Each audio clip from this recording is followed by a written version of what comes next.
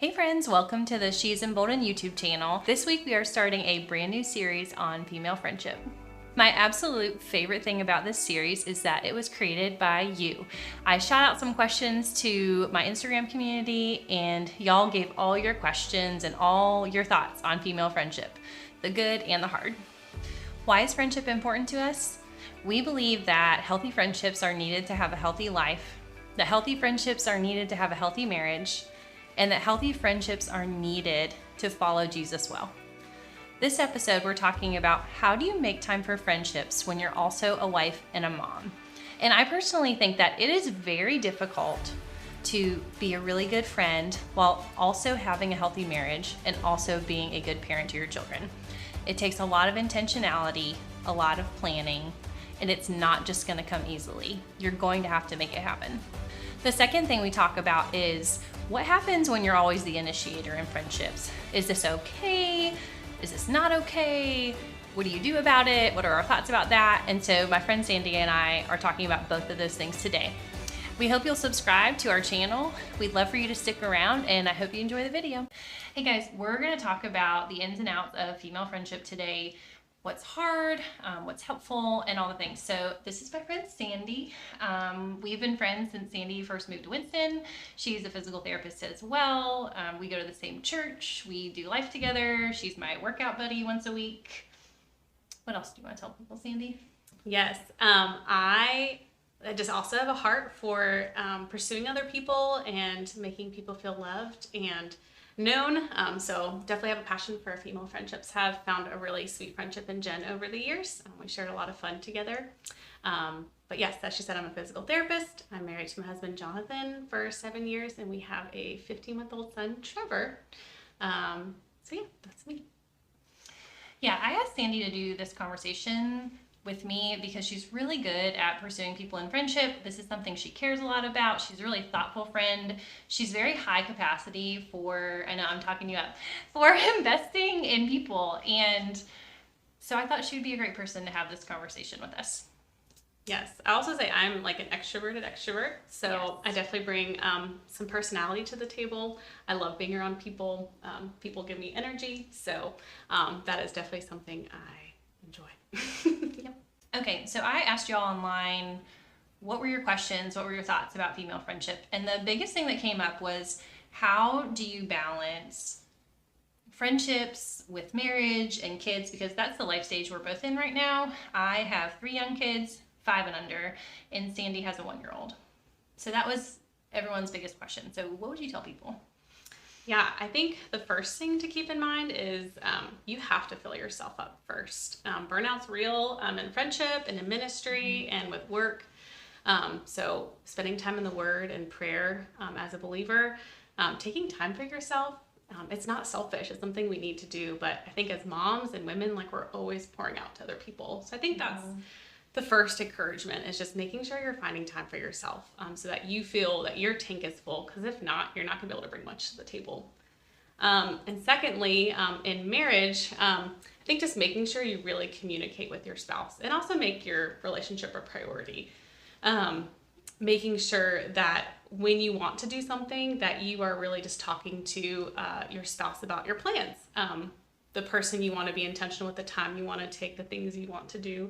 Just in general, that's just a good solid rule, just making sure you're communicating well together about what's going on in life. And something Jonathan and I like to do, we started this past year and it's been really helpful, is at the beginning of the month we have 3 priorities. One is when we're going to have a date night and we make a time for it. 2, we're volunteers with high schoolers with special needs, so we make sure we find a time that each of us is going to hang out with one of our friends. Mm-hmm. And lastly, like we're going to make a night where both of us or one of us is hanging out with someone we know and love, whether it's in our community group or someone we just haven't seen in a while, someone who really needs extra care. And that's just been like, we can do no less than that per month, but we can absolutely do more. But at the very least, where we're at in this stage, like that feels very manageable. So just like figuring out what's manageable where you're at. Yeah, we do that too. We kind of fill out the calendar. So like to keep myself healthy, that involves spending time with the Lord, rest and Sabbath. and anything that fills me up. Like, I need some downtime, I need some alone time. Being with people fills me up, but I also need almost an equal or more amount of like time to myself to be ready to like pour out to other people.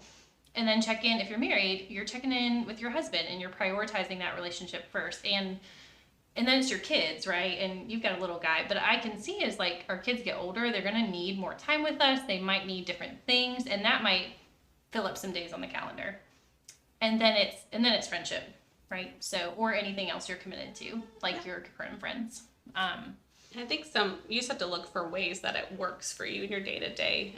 Some things in this season is, hey, like when I get off work, the weather's nice, let's go for a walk. Who can I invite to go on like a 30-minute walk with me or more? Who's nearby? Or when Trevor goes down for bed, I have the night free for a couple hours. Like if I have a friend who I want to invite over, maybe a single friend who's more portable than I can be sometimes, inviting them over for like dessert or coffee, or meeting them out somewhere if I have the margin for that. Just finding what I have available in my schedule is really helpful. Yeah, that was something. We had friends that were a little older than us, and they said just invite people into what you're already doing. So if you're going for a walk, if you're going to the movies, if you're having dinner, like you've got to eat. Now that is more prep for mom. So maybe it's like you order a pizza, and that is totally good. But then that way you don't have to add like an extra event on the calendar. And the other thing I was going to say is we are probably different because this is like, I haven't prepped you for this question, but in your mind, what is like, once you go past so many events in the evenings per week, when do you feel like it's too much? Like how many nights a week having events do you feel like is like puts you over where you're like, that was too much?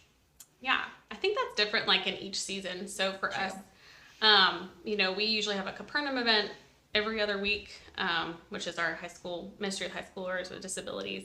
And we have community group most weeks on Tuesdays. So I say maybe like one or two extra things, like whether it might either be like another meeting at church, it might be another hangout with a friend. But I think it does vary. Like you kind of, that's why that communication, that like conversation, like weekly that we have, like with your spouse about like, hey, what does the week look like? What do we have going on? And sometimes when we have a busier week, like we're okay filling up the week with things, but then maybe the next week we back off. Yeah, for sure. I think that's super wise. I was expecting you to say more because I feel like I'm almost the same. Like 2 nights a week is like pretty solid. If we hit 3, I'm like, this is feeling like a lot.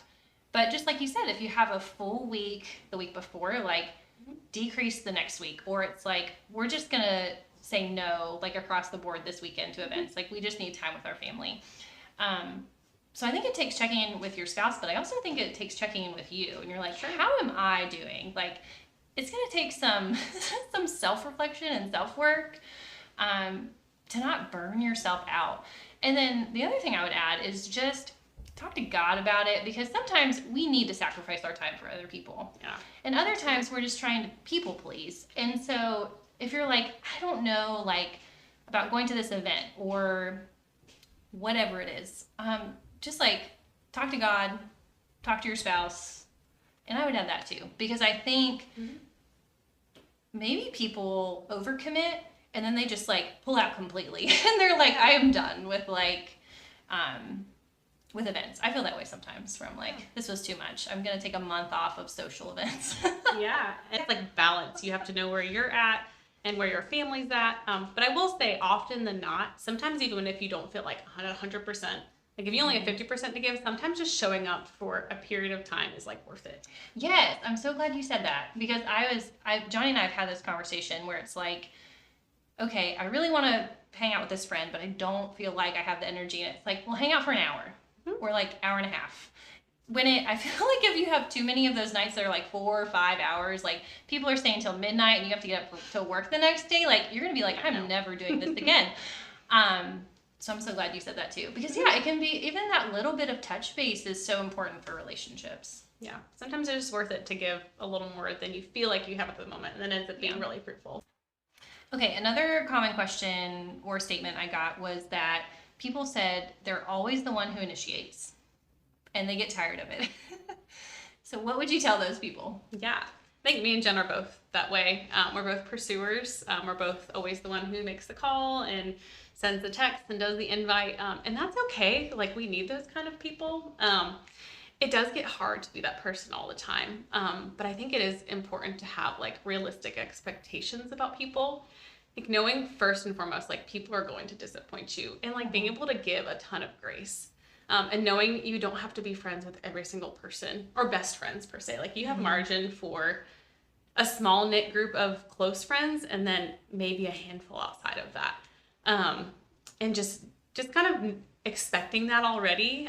But then when you really do have someone who comes alongside you, like my friendship with Jen, like has been so sweet because we are very much on like the same playing field. Like we're very communicative and checking in on each other, and that just goes a long way. She's a friend that definitely fills me up, and it doesn't feel hard when you find those friends. And I think it's just fine to be the one who always initiates, or just putting your feelers out there and just hoping for the best, praying over that time together, praying that it's fruitful. And it's always hard in the beginning when you're getting to know someone. It's awkward. You're trying to feel each other out sometimes, and like that's okay.